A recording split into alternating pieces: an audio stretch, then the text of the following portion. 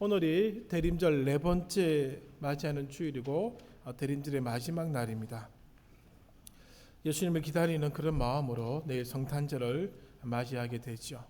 내일은 예수님의 탄생과 나심을 축하하고 기뻐하는 그런 날입니다. 예수님이 언제 태어났는지는 아무도 모릅니다. 아무도 모릅니다. 12월 25일은 인위적으로 우리가 그의 나심을 축하하자라고 정한 그런 날이고, 그 탄생을 기념하고 기억하기 위해서 우리가 만든 날이죠. 예수님이 진짜 태어나신 날은 모릅니다.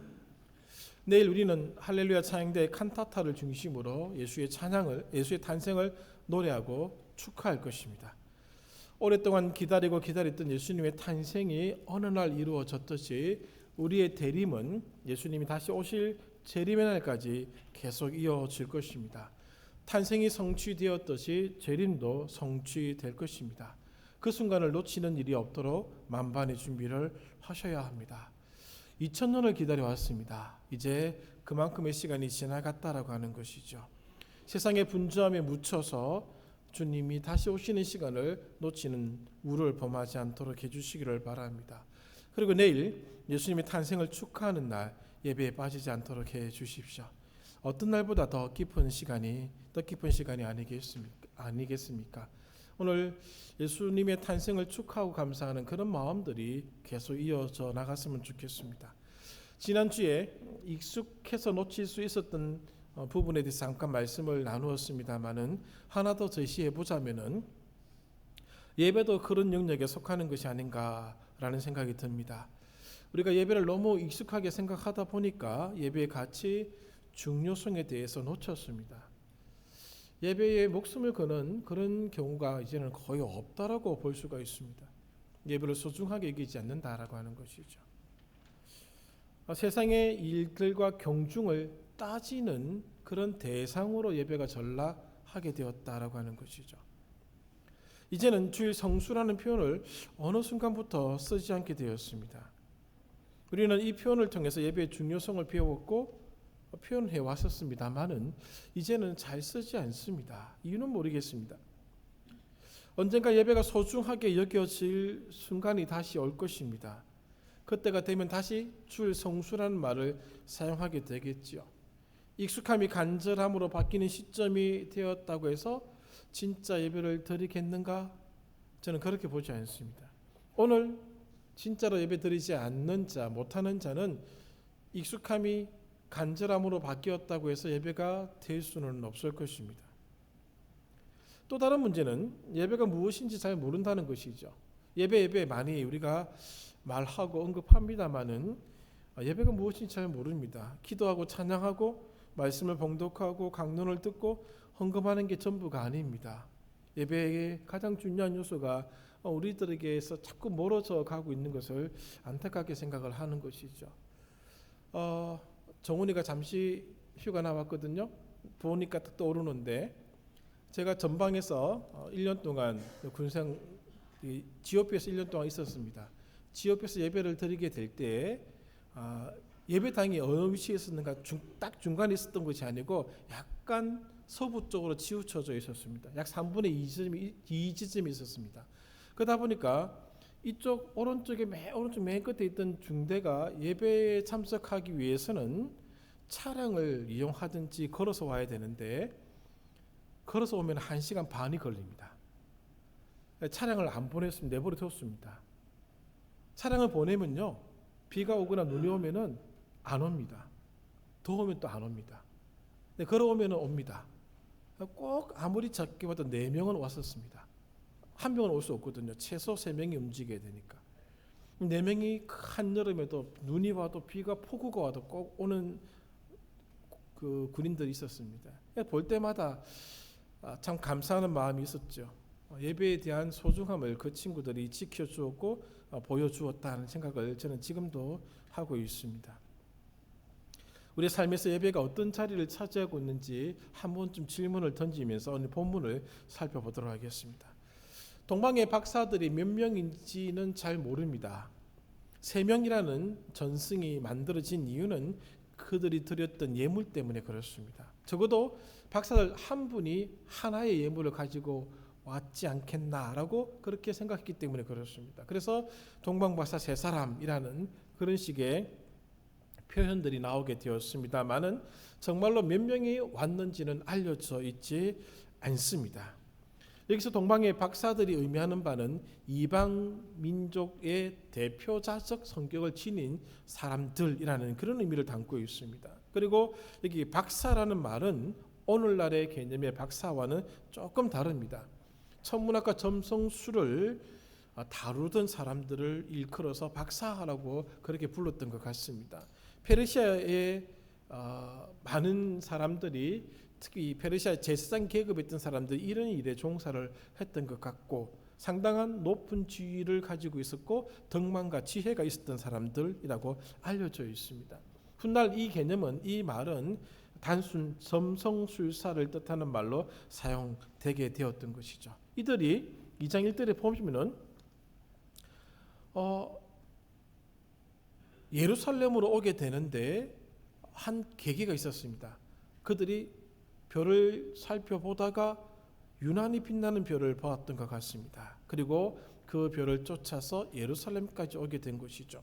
1절에 보시면은 그들이 동방으로부터 왔다라고 그렇게 표현하고 있고 2절에 보시면은 유대인의 왕으로 나신 이가 어디 계시냐. 자, 이 동방의 박사들이 예루살렘을 향하여 왔다는 것이죠. 예루살렘이 유대의 수도이기 때문에 왕궁이 있는 곳이기 때문에 그리러 온 것이죠. 그 별을 보고 그들은 분명히 왕이 이 세상의 왕이 될 만한 분이 오셨다라고 하는 것을 알았고 그 왕을 찾기 위해서 예루살렘에 왔고 예루살렘에 있는 궁궐로 가게 되었다라고 하는 것입니다. 그리고 그들에게 묻기를 유대인의 왕으로 나신 이가 어디 계시냐? 우리가 동방에서 그의 별을 보고 그에게 경배하기 위하여 왔다라고 얘기를 해주고 있습니다. 자, 이 별들에 대한 사상들이 그 당시에는 좀 있었다라고 합니다. 당시 문화와 사회에서는 미래의 이상적인 세계 통치자에 대한 기대가 있었기 때문에 유난히 빛나는 별을 보면은 그런 기대감을 나타냈다라고 하는 것이죠. 그렇다고 해서 오늘 우리가 알고 있는 별들을 보면서 저 별이 예수님을 상징하는 별이다라고 할 수는 없습니다. 그러나 어쨌든 그 어느 별인지는 몰라도 한 별이 박사들을 인도한 수단임에는 틀림이 없다라고 하는 것이죠. 그리고 동방 박사들의 예방은 예수의 탄생이 범세계적으로 중요하다는 사실을 오늘 마태복음을 통해서 알려주고 있는 것입니다. 단순히 유대인의 왕으로만 나신 것이 아니라 온 세상의 구주로 나셨음을 동방의 박사들이 이 별을 보고 찾아온 것을 통해서 확인해 주고 있다라고 하는 것이죠. 그리고 이것은 동방의 박사들이 찾아온 것은 신학적으로 매우 중요한 의미를 담고 있습니다. 왜냐하면 이사야서 2장 2절과 3절을 나중에 한번 읽어보십시오. 만방이 그리로 모여들 것이다. 이방의 세계가 그 왕을 찾기 위해서 시온으로 모여들 것임을 예언해주고 있는 구절입니다. 유대인들의 왕으로만 오신 것이 아닙니다. 온 세상의 구주로 오셨음을 보여주고 있다라고 하는 것이죠. 이것이 마태복음이 보여주고자 하는 신학적인 의미입니다. 마태복음은 유대인을 위한 책이 아닙니다. 전에도 산상수훈을 통해서 말씀을 드렸던 것처럼 이방인을 위한 책으로도 읽히고 있는 책입니다. 그래서 비율이 거의 50대 50으로 나눠져 있습니다. 유대인을 위한 기록도 50이요 이방인을 위한 기록도 50 정도의 분량을 가지고 있다는 것이죠. 이 동방의 박사들을 언급하고 있는 것도 그런 면을 보여주고 있습니다. 그리고 우리가 3절에서 보고 있는 것처럼 예수의 탄생은 모든 자들에게 기쁨은 아니었습니다. 3절을 보십시오. 헤롯 왕과 온 예루살렘이 듣고 소동한지라 경악하였다는 표시입니다. 예수의 나심, 메시아의 나심을 듣고도 그들은 좋아하고 축하하고 감사한 것이 아니고 경악하였다라고 하는 것이죠. 그의 나심을 반기는 사람이 있었던 반면에 그의 나심을 싫어했던 사람도 있었음을 보여주고 있는 것이죠. 이 소동이라는 말은 놀라워하다, 두려워하다, 경악하다 그런 말을 가지고 있는 표현입니다. 왜? 헤롯 대왕 때문에 그렇습니다. 헤롯 대왕은 자기의 왕위를 찬탈하려는 자가 나타나면 반드시 즉각적 반응을 보였던 인물입니다. 동방의 박사들이 이곳에 오기 조금 전에 어떤 일이 있었는가 하면은 헤롯 대왕의 아들들이 왕위 찬탈 문제를, 왕위에 대한 도전을 일으켰었습니다. 죽여버렸습니다. 아들도 눈 하나 깜짝하지 않고 죽였던 그런 광분을 보였던 자가 바로 헤롯입니다. 그래서 3절에 기록되고 있는 것처럼 헤롯과 온 예루살렘이 소동했다는 것이죠. 또 예루살렘에 피바람이 불 것을 그들은 볼 수밖에 없었던 것이죠. 다시 한 번 더 미치광이의 광분을 생각하지 않을 수가 없었던 것입니다. 또 한 차례 불어닥칠 이 피비린내가 예루살렘을 진동시켜 오늘 많은 사람들에게 안타까움을 줄 것을 그들은 내다보았던 것이죠. 헤롯은 사내들인 사람들을 불러 모읍니다. 그리고 묻습니다. 그리스도가 어디서 나겠느냐? 이렇게 묻고 있는 것은 헤롯의 마음속에 약간의 두려움이 있었던 것이 아닌가 싶습니다. 철저하게 왕의 자리를 지키기 위해서 노력하고 애썼던 사람인데 이제는 이방 지역에서 학식이 있고 높은 지혜를 가지고 있는 자들이 와서 유대인의 왕께 경배하겠다라고 얘기하고 있는 그런 상황까지 치닫게 된 것이죠. 두려움을 가질 수밖에 없는 것입니다. 그리고 4절을 가만히 보십시오. 왕이 모든 대제사장과 백성의 서기관들을 모아서 질문하기를 그리스도가 어디서 나겠느냐? 유대인의 왕으로 나신 네가 어디 있느냐라고 동방의 박사들이 물었었는데 헤롯은 그리스도라는 표현을 쓰고 있습니다. 헤롯도 성경의 예언을 어느 정도 알고 있었다라고 보여지고 있는 것이죠. 그리고 성경에 관한 지식이 어느 정도 있었던 것이죠. 그래서 사내들인의 서기관들을 모아서 묻게 되자 이런 대답이 나옵니다. 5절이죠. 유대 베들레헴이오니 이는 선지자로 이렇게 기록된 바 또 유대 땅 베들레헴아 너는 유대 고을 중에서 가장 작지 아니하도다. 내게서 한 다스리는 자가 나와서 내 백성 이스라엘의 목자가 되리라. 미가서 5장 2절의 말씀을 하고 있습니다. 그리고 끝부분 내 백성 이스라엘의 목자가 되리라. 사무엘하 5장 2절의 말씀입니다. 이 두 군데의 말씀을 인용하여서 알려주고 있는 것이죠. 강론지에 보면 하나는 미가서 5장 2절 되어 있고 또 하나는 미가서 5장 1절 되어 있는데 2절로 고치시기를 바랍니다. 동방의 박사들과 다르게 헤롯 대왕은 이렇게 탄생하는 자가 메시아라는 생각을 어느 정도 가지고 있었다라고 하는 것이죠. 이것은 이미 지난주에도 말씀드렸던 것처럼 메시아 대망 사상이 이미 그 유대 사회에 널리 알려져 있었기 때문에 그렇습니다. 따라서 이 동방 박사의 예방은 그들의 말은 헤롯과 예루살렘을 소동시키기에 부족함이 없었던 것이죠. 동방의 박사들은 그들이 여기 온 목적을 2절에서 분명하게 밝히고 있습니다. 그의 배를 보고 그에게 경배하기 위해서 왔다라고 밝혀주고 있습니다. 유대인의 왕으로 나신 이에게 경배하겠다는 것이 예배하겠다는 것입니다. 동방의 박사들은 11절을 보십시오. 집에 들어가 아기와 그의 어머니 마리아가 함께 있는 것을 보고 엎드려 아기께 경배하고, 아기와 마리아께 경배한 것이 아니고요, 아기께 경배했다는 것이죠. 8절에 보시면은 헤롯도 그렇게 말합니다. 그 아기를 찾거든 내게 구하여 나도 가서 그에게 경배하게 해 주십시오라고 부탁을 합니다마는 헤롯의 경배는 가짜 경배입니다. 동방의 박사들의 경배는 진짜 경배라고 하는 것이죠. 누구나 머리 숙인다고 해서 다 경배가 되는 것이 아닙니다. 입으로 경배한다고 해서 진정한 경배가 되는 것은 아니다라고 하는 것을 보여주고 있는 표현입니다. 동방의 박사들은 헤롯의 말을 듣고 떠나서 아기가 있는 곳에 도착하게 되지요. 아마 이때쯤은 예수님이 탄생하신 지 꽤 오랜 시간이 흘렀을 시간일 것입니다. 적어도 산후조리를 끝내고 난 뒤에 한 5, 6개월 정도는 시간이 지나가지 않았겠나 그렇게 짐작해 볼 수가 있는 것이죠. 우리는 예수님이 태어나시자마자 동방의 박사들이 찾아와서 경배한 것을 생각하지만은 시간적인 간격이 분명히 있는 것을 보게 되죠. 그리고 그 아기께 경배하고 보배합을 열어서 황금과 유향과 모략을 예물로 드립니다. 황금은 신성함을 뜻합니다. 유향은 향기로운 삶의 향기를 뜻하고 모략은 그의 희생과 죽음을 의미하는 것이죠. 2장 13절을 보시면은 동방의 박사들이 떠난 뒤에 예수님의 가족은 애굽으로 피난을 가게 됩니다. 아마 이 들었던 예물이 피난 생활에 아마 요긴하게 쓰였을 것이라 그렇게 판단되는 것이죠. 자, 이 동방 박사들의 경배, 또 헤롯이 예수를 경배하고자 한다는 그런 표현을 통해서 우리는 진짜 경배와 가짜 경배를 구분하는 법을 좀 생각해 볼 필요가 있습니다. 경배라는 말의 뜻은 이것이라고 합니다. 몸을 완전히 엎드려서 존경을 표시하는 행동, 이 말의 뜻이 그것입니다. 아기 예수께 경배했다라고 할 때 동방에서 굉장히 높은 위치에 있는 사람들이고 굉장히 등망이 있고 지혜를 소유한 그들이 그 아기께 완전히 엎드려서 존경을 지금 나타내고 있다는 것이죠. 완전히 땅바닥에 엎드린 겁니다.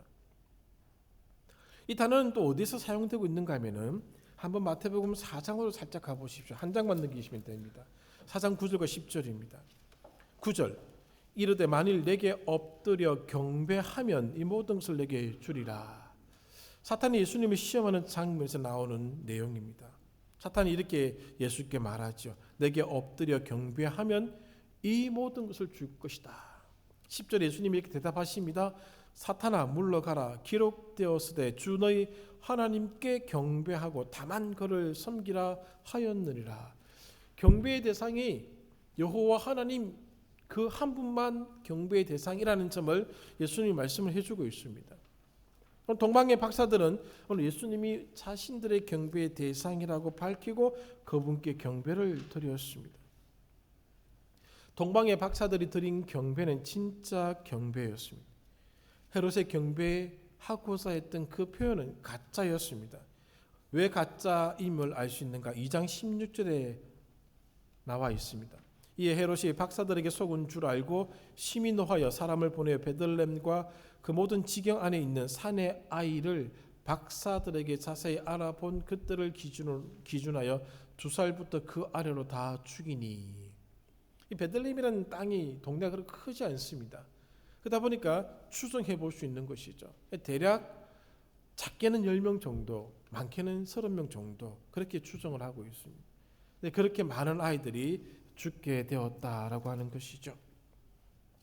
그러므로 헤롯의 경배는 가짜다는 사실을 우리가 확인해 볼 수 있는 것입니다. 오늘 그러면 우리가 드리는 예배는, 우리가 드리는 경배는 진짜인가 질문을 하게 되죠. 진짜인가 가짜인가를 구별하는 구별법이 있습니다. 오늘날에는 어떻게 구분할까? 예물을 드린다고 그것이 확인될까? 그 모습을 보아서는 알 수가 없습니다.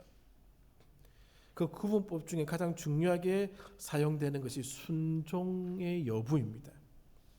이 순종이라는 말 속에 담겨져 있는 의미를 우리가 알게 되면은 오늘 진짜 예배를 드리는 자는 순종의 삶으로 연결된다는 것이죠. 순종의 태도를 보고 그가 진짜 예배자이다라는 사실을 확인해보고 순종의 여부를 보고 그가 가짜 경배를 드렸다라고 하는 것을 확인할 수 있다는 것이죠.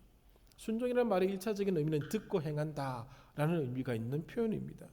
이 말 속에는 헌신이 담겨져 있습니다. 듣고 행동할 때는 듣고 행동하는 그 자체가 이미 경배의 대상자에 대한 헌신을 표현하고 있다는 것이죠. 헌신자는 그 경배의 대상자에게 충성하는 것이죠.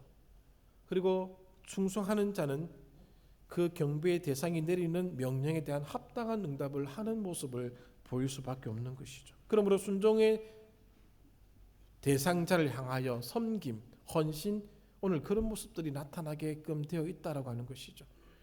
진짜 경배하는 자는 경배를 받으시는 분이 요구하는 대로 행동하고 살아가겠다라는 그런 의미를 나타내게끔 되어 있습니다.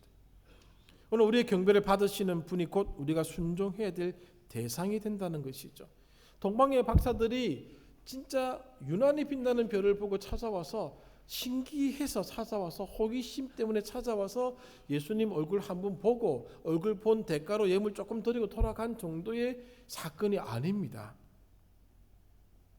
이방의 대표자로 와서 예수님 보고 아련하고 탄생하셨군 하고 그냥 예물 드리고 돌아간 정도의 사건이 아니다라고 하는 것이죠. 이들이 경배했다라는 그 경배의 말 속에는 어떤 의미들이 담겨져 있는가 하면은 아기 예수를 주님으로 고백했다는 것입니다. 순종이라는 말 속에는 도덕적 어떤 행동의 목록을 의미하는 그런 개념만 있는 것이 아니라 믿음이라는 개념도 들어가 있는 말입니다. 오늘 이 동방의 박사들은 아기 예수께 경배함으로 주인을 바꾼 겁니다. 그들의 주인이 바뀐 겁니다. 이제 그들이 그 전에 섬겼던 신들을 버리고 이 아기 예수를 자신의 주님으로 고백한 행위를 한 것입니다. 충성의 대상자를 바꾸었다는 것입니다. 헌신의 대상자를 바꾸었다는 것이죠. 이제 누구의 말을 듣고 살아가야 할 것인지를 정했다는 것이죠. 다시 바꾸었다는 것입니다. 그전에는 페르시아 제국 내에서 그들이 섬겼던 신이 있었을 것이고 황제가 있었을 것입니다. 그분을 경배의 대상으로 섬겼지만은 이제는 이 아기 예수를 주인으로 섬기겠다는 선언을 한 것입니다. 아니면 그냥 예물만 드리고 돌아가야 되는 거죠. 그전에 가지고 있던 세계관을 포기했다는 선언입니다. 가치관이 바뀐 겁니다. 세상을 바라보는 눈이 바뀐 것입니다. 진짜 예배자의 모습이 바로 이것입니다. 하나님을 예배하는 자들은 하나님이 나의 주인입니다라는 선언을 한 사람들입니다. 하나님이 나의 충성의 대상자임을 말하고 있는 것이죠. 그래서 예배를 드리는 것이죠. 예배당에 와서 예배를 드리니까 마음이 평안하더라. 적어도 목사가 전해주는 말을 들어보니까 나쁜 말을 하지 않더라. 좋은 말을 하지 않느냐. 그래서 예배당 가자. 그런 개념의 모습은 예배가 아닙니다. 주인이 바뀌는 순간입니다. 내가 예배를 드린다는 것은 나의 주인 앞에 나의 모든 것을 드리겠다는 헌신의 순간이라는 것이죠. 하나님의 신실하심에 응답하는 신실한 자가 되겠다는 선언이 예배입니다. 예수의 백성이 되겠다는 선언입니다. 동방의 박사들은 아기 예수께 엎드려 경배함으로써 이제 이 아기 예수가 자기 자신들의 왕이고 나는 이분의 백성이 되겠습니다라는 그런 의미로 경배한 것입니다. 예수 그리스도의 부르심에 응답하는 자가 되겠다는 것이죠. 진짜 경배에는 분명한 노선이 있습니다. 이것도 아니고 저것도 아닌 그런 태도가 아닙니다. 예수님을 향한 분명한 태도가 나타난다는 것입니다. 그래서 순교도 받아들이는 겁니다. 삶의 기준이 바뀐 것을 경배로 표현하는 겁니다. 우리가 예배 드린다고 하는 것은 나의 삶이 예수 때문에 바뀌었습니다 라고 하는 것을 보여주는 행위입니다. 예배 드리고 난 뒤에 바뀌겠습니다가 아닙니다. 이미 예배 드리는 자는 이미 삶이 바뀐 것입니다. 삶의 방향이 달라진 것입니다. 그래서 예배가 성립하는 겁니다. 불신자들이 모여서 예배는 일어나지 않습니다. 믿지 않는 자들이 모여서 예배 드린다? 그런 것은 성립할 수가 없습니다. 예배라는 말 속에 이미 주인이 대상이 분명히 정해져 있는 것입니다. 우리가 예배라는 말을 함부로 써서는 안 됩니다. 무슨 임직감사 예배? 그런 건 있을 수 없습니다. 임직식입니다. 위임식입니다. 뭐 출판감사 예배? 뭐 출판 책이 예배의 대상입니까? 말이 안 되는 얘기예요. 출판식 그렇게 명칭을 붙여야 됩니다. 아무 때나 예배를 붙이는 것이 아닙니다. 오늘 그 대상을 나의 주인으로 삼겠다는 고백을 하는 자리인 것입니다. 오늘 예배를 드리는 모든 성도들은 누가 우리의 주인인지를 분명히 했다는 것입니다. 그것이 정해져 있지 않으면 가짜 예배입니다. 이런 태도와 모습 없이 드려지는 경배는 가짜입니다. 고급 예물을 드린다고 해서 경배가 되는 게 아닙니다. 주인의 명령에 따라서 살아보면 주인의 신실하심에 따라서 우리도 신실하게 살아가다 보면 이미 가치관의 변화는 이미 일어난 것입니다. 하나님의 부르심에 진심으로 응답하는 것은 저절로 따라오는 것이죠. 하나님의 부르심에 응답한 자만이 예배를 드릴 수 있기 때문에 그런 것이죠. 응답하지 않는다? 그 사람이 드리는 모든 행위는 가짜가 되는 것입니다. 세상적 욕망이 가득 찬 마음으로는 진짜 경배가 일어나지 않습니다. 지난주 말씀드렸죠. 아기 예수를 바라보며 그 여물통 안에 누워져 있는 아기 예수를 바라보면서 오늘 우리가 요구할 수 있는 것은 아무것도 없다고 말씀드렸습니다. 단지 우리가 할 수 있는 것은 예배입니다. 예배만이 우리가 해야 될 것이지 예배 이후 것은 아무것도 할 것이 없습니다. 그 예수께 요구할 수 있는 것은 아무것도 없다는 것이죠. 사도 바울이 로마서 1장 1절 자기를 소개하는 구절을 언급하기를 뭐라고 하고 있는가 하면 주 예수 그리스도의 종 나 바울은 이렇게 시작합니다. 이 종이란 표현은 우리가 알고 있는 그 본래 원문의 뉘앙스를 다 드러내지 못하는 표현입니다. 본래 번역을 본래 이렇게 번역해 노예라고 번역하셔야 됩니다. 그 당시 노예는 미래가 없었습니다. 결정권이 없는 자들입니다. 자기 주장을 할 수 없습니다. 자기 마음대로 인생을 만들어 살아갈 수가 없습니다. 주인의 뜻에 따라서 살아가는 자들입니다. 그래서 바울은 주 예수 그리스도가 자기의 주인, 주님이라고 고백하고 있습니다. 자기는 노예라는 것이죠. 그래서 그분의 뜻이 무엇인지에 따라서 자기는 인생을 바치겠다는 것이죠. 그가 그런 모습이 진짜 경배라는 것입니다.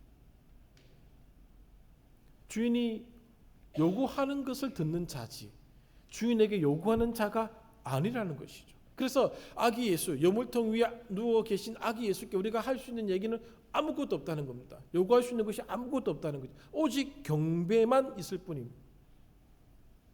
그런데 세상적 욕망에 가득 찬 마음으로 진짜 경배가 일어나겠습니까?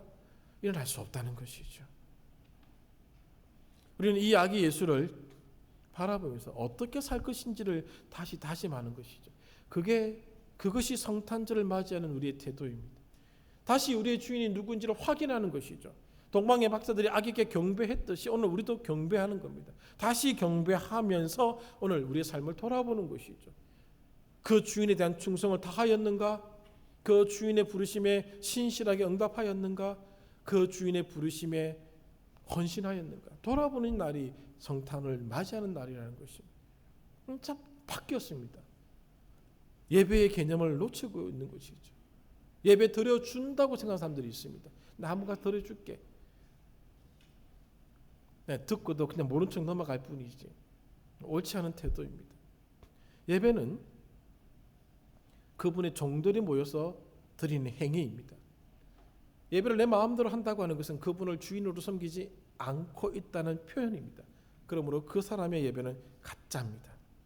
아무리 예배당에 많이 오고 간다 할지라도 의미 없는 행위가 된다는 것이죠. 우리 예배당에 수만 명이 들어와 있다고 한번 생각해 보십시오. 그런데 진짜 경배를 드리는 자는 두세 사람에 불과하고 나머지는 가짜 경배다. 수만 명이 무슨 의미가 있겠습니까? 자기 자신이 주인인데. 대림절을 기다리는 사람들은 나의 주인을 기다리는 마음으로 기다리시는 겁니다. 우리는 노예입니다. 그것을 기억하시고 주님의 탄생을 맞이하셔야 됩니다. 말씀을 정리하겠습니다. 대림절의 끝자락에 우리는 서 있습니다. 예수님을 주인답게 모시기 바랍니다. 예수님과 비교할 대상은 없습니다. 빌립보서 2장 5절 이하를 보십시오. 모든 이름이 예수의 이름 앞에 무릎을 꿇게 되어 있습니다. 가장 높은 분이 예수님입니다. 그러므로 오직 예수만이 우리의 경배의 진정한 경배의 대상이라는 것이죠. 여러분 다른 것을 섬기지 마십시오. 돈을 섬기거나 권력을 섬기거나 자식을 섬기지 마십시오. 오늘 우리는 예수의 사상으로 세상의 사상을 무너뜨려야 될 사람들입니다. 세상을 정복해야 될 사람들입니다. 예수의 노예가 되어서 주인의 뜻을 이루어 가야 될 사람들이라는 것이죠. 하나님의 부르심이 있습니다. 주인이 부르십니다. 그것이 어떠한 것이든지 간에 신실하게 응답하시는 자가 진짜 경배자입니다. 예수를 인하여 아무것도 변하지 않았는데 예수를 경배한다고 하는데 여전히 나의 마음속에 내가 주인인데 그렇게 해서 경배가 되겠습니까? 그 경배가 진짜가 되겠습니까? 다시 결단하자는 것이죠. 곧 재림의 주님으로 예수께서 다시 오실 것입니다. 오늘 우리가 그분을 기다리고 있습니다. 그 기다림의 시간이 점점 다가오고 있는 것이죠. 재림의 때에는 진짜 경배자만 남습니다. 가짜 경배자는 재림의 주님을 맞이할 수가 없습니다. 그가 오셨는지를 구분할 수 있는 눈이 없습니다. 그때 가서 준비할 수 있다고요? 아닙니다. 그때는 늦습니다. 지금 준비되지 않으면, 지금 진정한 경배자가 되지 않으면 진짜 주인을 알아볼 수가 없습니다. 이제 그 주인에 대한 오늘 우리의 자세를 확인해 보시고 오늘 우리의 상태를 한번 점검해 보시기를 바랍니다. 충성의 대상자입니다. 우리가 충성을 바쳐야 될 분이 바로 예수님이십니다. 그분에게 뭔가 뜯어내겠다는 그런 마음이 오늘 우리에게 사라져야 됩니다. 모든 것 드릴 뿐입니다. 드리고도 우리는 그 앞에 엎드려 복음서의 표현대로 나는 무익한 종이라. 나는 무익한 종이라. 주인의 결정에 모든 인생을 맡기는 것이죠. 지금 그것을 동방의 박사들이 보여주었고 오늘 우리들에게 다시 도전하고 있는 것입니다. 오늘 우리의 예배가 가짜인지 진짜인지 묻고 있는 것이죠. 여러분 예배를 소중하게 여기십시오. 아무렇게나 함부로 할 수 있는 것이 아닙니다. 우리가 지금 예배를 함부로 대해왔던 그 순간순간들이 누적되어 있습니다. 주님의 심판의 날에 심판자 대신 주님 앞에 섰을 때 그걸 어떻게 감당하시려고 하십니까? 그 무게를 어떻게 감당해 내시려고 하십니까? 귀하게 여기십시오. 약속한 겁니다. 충성한 겁니다. 다짐한 겁니다. 함부로 할 수 있는 게 아닙니다. 우리는 너무 마음대로 하고 있습니다. 제가 그런 얘기를 드리지 않습니다만은 여러분 알아서 하실 부분입니다. 나이가 50이 넘었는데 이렇게 하라 저렇게 하라 얼마나 정말 우스운 얘기입니까? 초등학교도 안 들어간 아이들한테는 얘기할 수 있겠지만 지금 우리가 나이가 몇 살이고 지금 신앙의 연수가 몇 년입니까? 50년, 60년, 70년 됐는데 아직도 예배에 대해서 이러쿵 저러쿵 얘기를 해야 한다면 참 부끄러운 입술을 받게 되지 않지 않겠습니까? 하나님 앞에 드린 예배 귀하게 여기십시오. 하나님 보십니다. 우리 주인이 보십니다. 그 주인 앞에 부끄럽지 않게끔 하셔야 된다는 것이죠. 예배당에 나와 예배인가? 물론 그건 아닙니다. 그러나 그것도 못하면서 예배를 드리고 있다. 그런 모습을 생각해 보셔야 된다는 거죠. 나를 합리화시키기 위해서 그런 말을 해서는 안 되는 것이죠. 어디에 가 계시든지 진정한 예배가 되도록 하셔야 됩니다. 주일의 예배만 다 예배가 아닌 것 알고 있죠. 우리 삶 전체가 예배죠. 그러나 오늘 우리가 그러한 모습을 보이고 있다라고 하는 것을 오늘 우리가 드리는 주일의 예배로 확인해 보는 것이죠. 중요한 것은 예배 자리에 어느 곳에 있든지 진짜 예배자인지 아니면 가짜 예배자인지 자문자답해 보시기 바랍니다. 저는 모릅니다. 성도님들이 하는 모습을 보고 저는 판단할 수 없습니다. 판단할 필요도 없고 판단해서도 안 되는 것이죠. 주님이 판단하실 것입니다. 그러면 오늘 스스로 오늘 내가 예배자인가 그렇지 않은가 점검해 보시기를 바랍니다. 내일 성탄의 예배를 드릴 때에 우리가 동방의 박사들이 그러했던 것처럼 정말 감사함으로 기쁨으로 주님을 예배하는 그런 복된 성탄의 날 되기를 기대하시고 기도하고 준비해 주시기 바랍니다. 기도하겠습니다. 하나님 아버지 감사드립니다. 주님을 기다리는 모든 성도들이 진짜 예배자로 서게 하여 주시옵소서. 충성의 대상자가 누구인지를 보게 하여 주시옵소서. 그 앞에 헌신하고 다짐하고 응답하는 자로 세워 주시옵소서. 예수님의 이름으로 기도하옵나이다. 아멘.